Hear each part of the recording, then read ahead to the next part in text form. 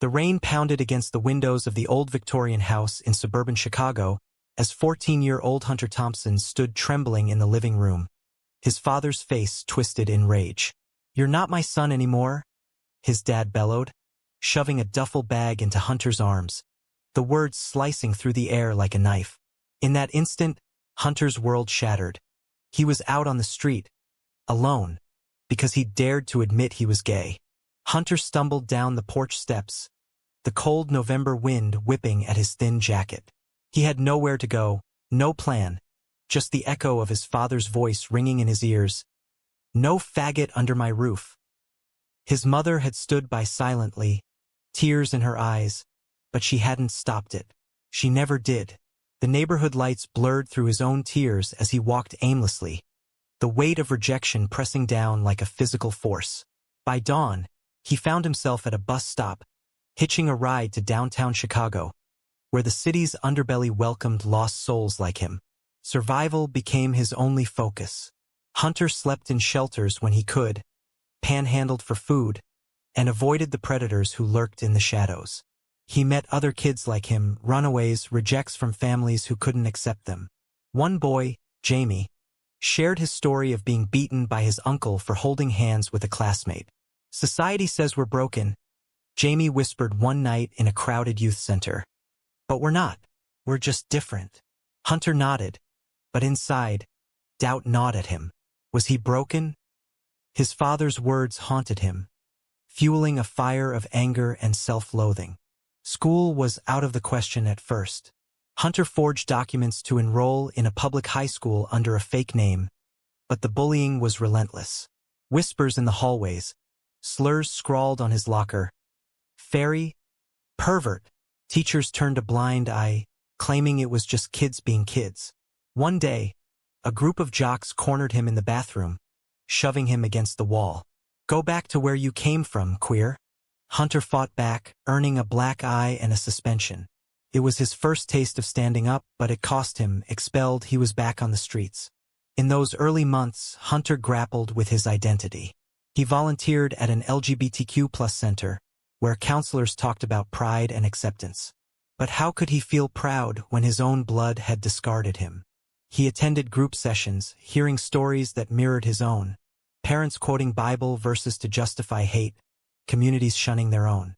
One speaker, a trans woman named Maria, said, "Family isn't always blood. It's the people who choose you." Those words stuck, planting a seed of hope amid the despair.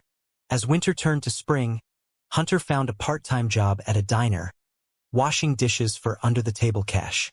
The owner, Mr. Ramirez, a gruff but kind Mexican immigrant, noticed Hunter's hunger and offered him meals. "Kid, life's tough, but you gotta keep swinging," he advised. Hunter saved every penny, dreaming of stability. But loneliness crept in. He craved connection, something real. That's when he met Tyler, a 16-year-old volunteer at the center, with kind eyes and a laugh that lit up the room. Tyler was out and proud, from a supportive family. Their conversation started innocently, sharing music, debating movies, but soon, Hunter felt a spark he couldn't ignore. Their first real talk happened over cheap coffee. "My dad thinks being gay is a choice," Hunter confessed, voice cracking. Tyler reached across the table, his hand warm on Hunter's. "It's not a choice, Hunter. It's who you are. And that's beautiful." For the first time since that fateful night, Hunter felt seen. But fear held him back. Society's judgment, his own scars. Could he trust this? The conflict tore at him. Embrace love or hide to survive. By summer, Hunter had scraped together enough for a tiny room in a shared apartment. He enrolled in night classes for his GED, determined not to let his past define him. Tyler became a constant, their bond deepening through stolen moments. Walks in the park, whispered dreams. But whispers of doubt lingered. What if Tyler's family rejected him too? Society's homophobia was everywhere. Protests against gay rights, politicians spewing hate. Hunter joined a rally, chanting for equality, but a counter-protester spat at him, calling him an abomination. It reignited his rage toward his father. One evening, As they sat on a bench overlooking Lake Michigan, Tyler leaned in. "I like you, Hunter. More than friends." Hunter's heart raced. He wanted this, but the trauma screamed no. He pulled away, mumbling excuses. Tyler looked hurt, but understood. "Take your time. I'm here." That night, Hunter lay awake, weighing his choices. Risk heartbreak or live in isolation. The decision would shape everything. Months passed, and Hunter's life began to stabilize. He passed his GED with flying colors, thanks to Tyler's encouragement. They studied together in cramped libraries, Tyler's presence a balm to Hunter's wounds. Slowly, Hunter opened up, sharing fragments of his past. "My dad said I'd end up dead or in hell," he admitted one night. Tyler hugged him tight. "He's wrong. You're going places." Their relationship blossomed quietly, hand-holding in private, shared glances that spoke volumes. But public affection? Too risky in a world quick to judge. Work at the diner led to a promotion. Mr. Ramirez saw potential and trained Hunter as a cook. "You've got grit, kid," he said. Hunter thrived, channeling his pain into precision, chopping vegetables like he was slicing through his doubts. Yet, societal conflicts loomed. A local church group picketed the LGBTQ+ center, signs reading "God hates fags." Hunter watched from afar, fists clenched. Tyler dragged him to a counter-protest, where they linked arms with allies. "We fight back with love," Tyler said. But when a stone flew, grazing Hunter's arm, fear resurfaced. Was love worth the danger? Their first date was simple, a picnic in Grant Park. Tyler packed sandwiches, and they talked for hours about futures. "I want to be a teacher," Tyler shared. "Help kids like us." Hunter dreamed of college, maybe law, to fight injustice. As the sun set, Tyler kissed him softly. It was electric, real. But guilt gnawed. Hunter's internalized homophobia whispered he didn't deserve this. He confided in Maria at the center. "What if I'm dragging him down?"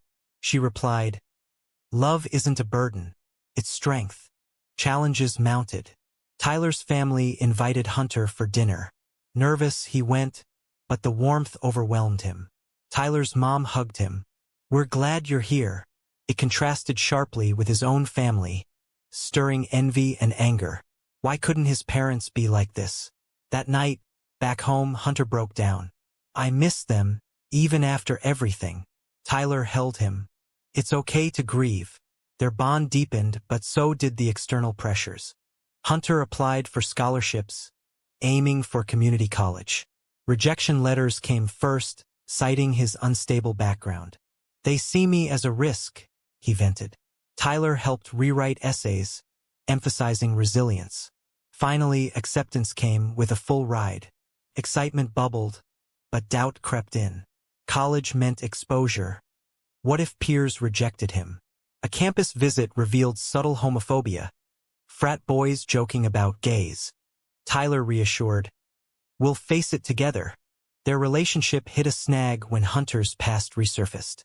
An old schoolmate recognized him at a party, spreading rumors. "That kid's a runaway queer." Whispers turned to stares. Tyler stood by him, but Hunter pulled away, fearing he'd taint Tyler's life. "Maybe we should stop," he said tearfully. Tyler refused. "No, we choose each other." The argument escalated, voices raised in frustration.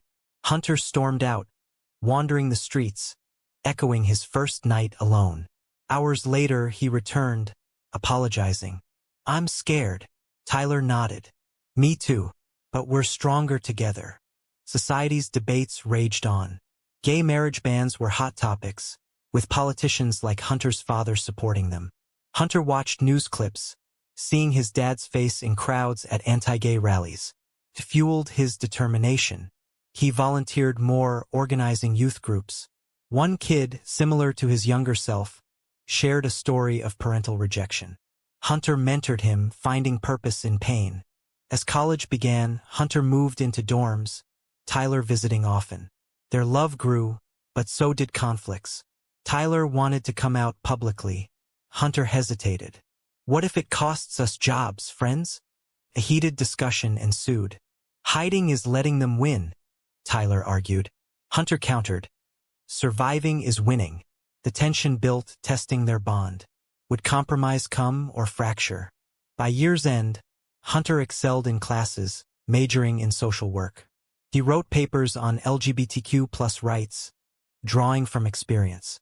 Tyler pursued education, their paths aligning. But a call from home shattered peace. His mother, ill, reaching out secretly. Your father regrets nothing, she whispered. Hunter hung up, conflicted. Forgive or forget. The choice loomed, as did their future.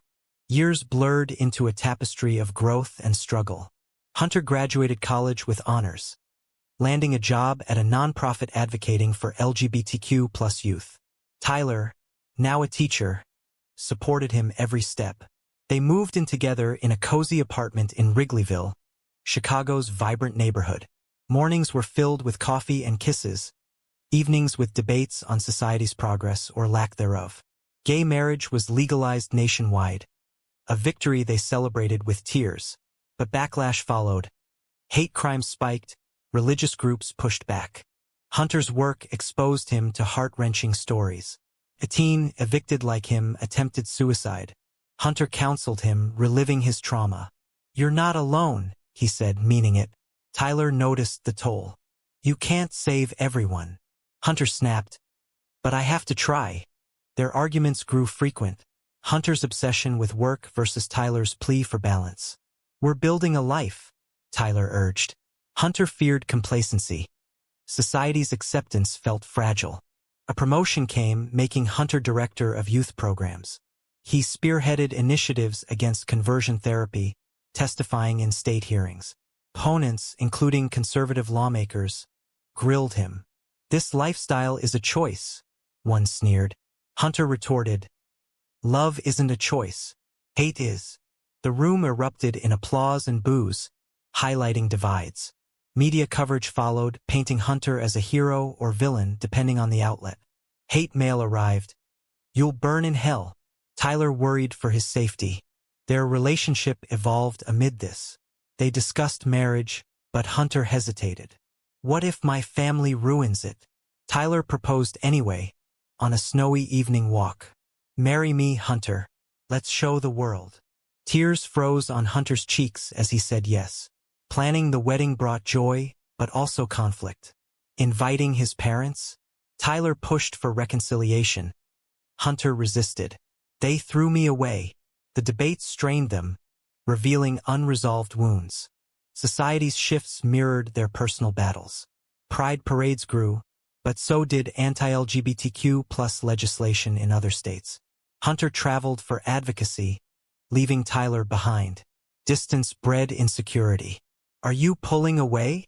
Tyler asked during a late-night call. Hunter denied it, but truth lingered. He buried pain in purpose. A close call came when protesters ambushed a rally. Hunter was shoved, bruising his ribs. Tyler rushed to the hospital. This has to stop. Hunter whispered, I can't. Healing began with therapy. Hunter unpacked his abandonment, realizing his father's actions stemmed from fear, not just hate. Doesn't excuse it, the therapist said. Hunter agreed, but empathy crept in. Tyler attended sessions, strengthening their bond. They married in a small ceremony, surrounded by chosen family. Vows exchanged. Through society's storms, I choose you. Honeymoon in New York, they reflected on journeys, from rejection to triumph. But success bred envy. Colleagues whispered about Hunter's agenda. A board member, conservative, pushed for his ouster. We need neutrality. Hunter fought back, rallying support. The battle exposed institutional homophobia, even in progressive spaces. Tyler stood by, but exhaustion showed. When is enough? The question hung, as Hunter pondered his limits. News of his father's failing health reached him via a cousin. He's asking about you. Hunter ignored it at first, focusing on a landmark case against discrimination. Victory came, but hollow without closure. Tyler urged, go see him. For you. Hunter wavered, choices weighing heavy. Return or move on. The decision brewed, tensions rising. As years ticked by, Hunter became a prominent figure, authoring a book on resilience. Interviews delved into his past, sparking national debates. Supporters praised, detractors vilified. Tyler's school faced backlash for his marriage, parents pulling kids. "See what your fight causes?" a colleague sneered. Tyler defended, but doubt seeded. Their love endured, but cracks formed under pressure. A decade after the wedding, Hunter and Tyler had built a life of impact. Hunter ran a national organization, lobbying in Washington for LGBTQ+ protections. Tyler headed an inclusive education program. They adopted a son, Liam, from foster care, a boy with his own scars of rejection. Parenting brought new joys and conflicts. "We have to protect him," Hunter insisted, hypervigilant against bullying. Tyler balanced, "Let him be free." Their differing approaches sparked arguments, echoing societal debates on raising queer kids in a divided America. Hunter's fame grew, TED Talks, media spots, but with visibility came threats, online trolls, doxing. One night, their home was vandalized, slurs spray-painted on the door. Police dismissed it as pranks. Tyler fumed. "This is the cost." Hunter, defiant, organized community vigils. "We don't hide." The incident strained them. Tyler suggested relocating. For Liam's sake. Hunter refused, seeing it as surrender. The rift deepened, love tested by fear. Word came. His mother had passed, his father alone and ailing. A letter arrived, shaky handwriting. "I was wrong. Come home." Hunter stared at it, emotions swirling. Anger, pity, curiosity. Tyler read it. This could be closure. Hunter tore it up. Too late. But sleep evaded him. Dreams of that rainy night haunted. Society's progress mocked his personal stalemate. Gay rights advanced, yet family rifts persisted. Liam's questions prompted reflection. "Why don't I have grandparents?" Hunter explained gently, but pain surfaced. At a family therapy session, he admitted, "I hate him, but I miss what could have been." Tyler held his hand. "Forgiveness isn't for him. It's for you." The words resonated, shifting Hunter's stance. He decided to return, not for his father, but to confront the past. Preparations were meticulous. Hunter researched his hometown, now a mix of progress and conservatism. Old friends warned, "Your dad's the same." Tyler insisted on coming. "We're a team." Liam stayed with friends. The drive to Chicago suburbs was tense, conversations laced with what-ifs. "What if he rejects me again?" Hunter voiced. Tyler squeezed his hand. "Then we walk away stronger." Arriving, the house looked smaller, weathered. His father, frail in a wheelchair, opened the door. Eyes met shock, regret. "Hunter." The word hung. Inside, awkward silence. Photos of Hunter's childhood remained, a shrine to lost time. His father spoke first. "I was scared. Society said it was wrong." Hunter retorted, "You chose hate over your son." Tears flowed.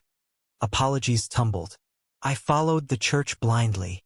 The conversation unearthed layers. His father's own repressed youth, societal pressures. "I lost my boy because of ignorance." Hunter shared his journey. Pain, love, success. "I have a husband, a son." His father's eyes widened. "A family?"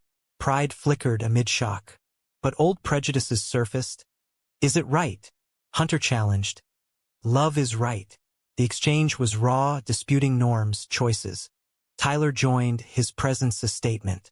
"We've built what you destroyed." His father nodded slowly. "I'm proud, son." But was it genuine? Doubts lingered. They stayed a week, navigating uneasy truce. Neighbors whispered. Some welcomed, others shunned. A local paper ran a story. Prodigal son returns gay and triumphant. Debates ensued online. Forgiveness versus accountability. As departure neared, Hunter felt lighter, but conflicted. Had he betrayed his younger self by forgiving? Tyler affirmed, "You chose growth."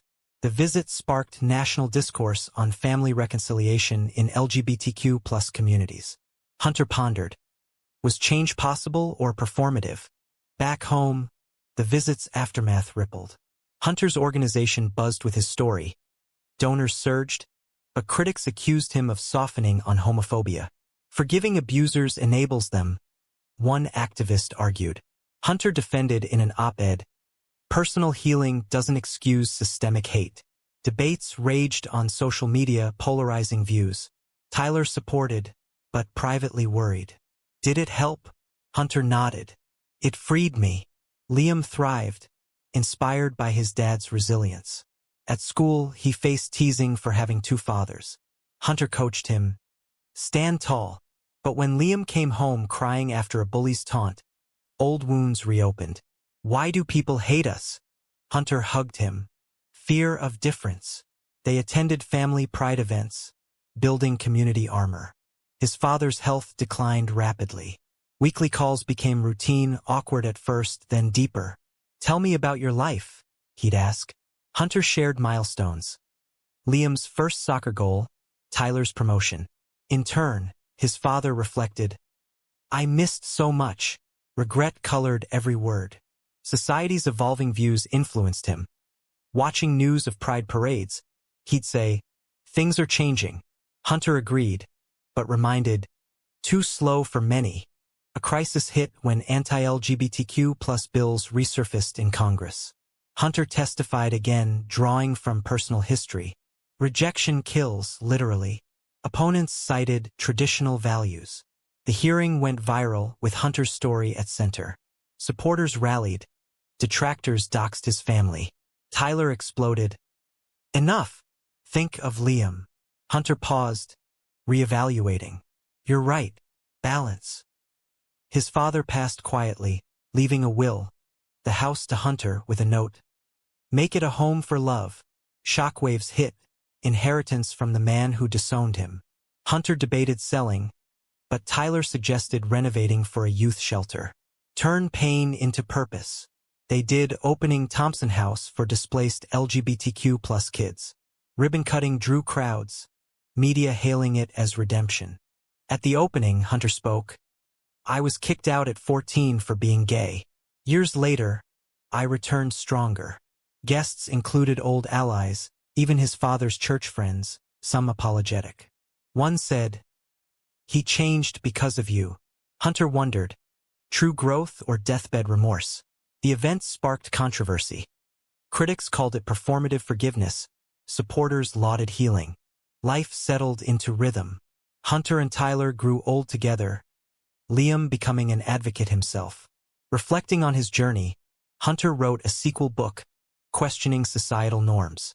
We choose love amid hate, but at what cost?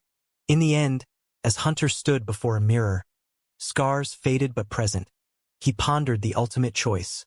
Hold grudges or embrace change. His story, full of drama and debate, left one lingering question. Was the father's redemption genuine, or just a convenient end to his guilt? True or false?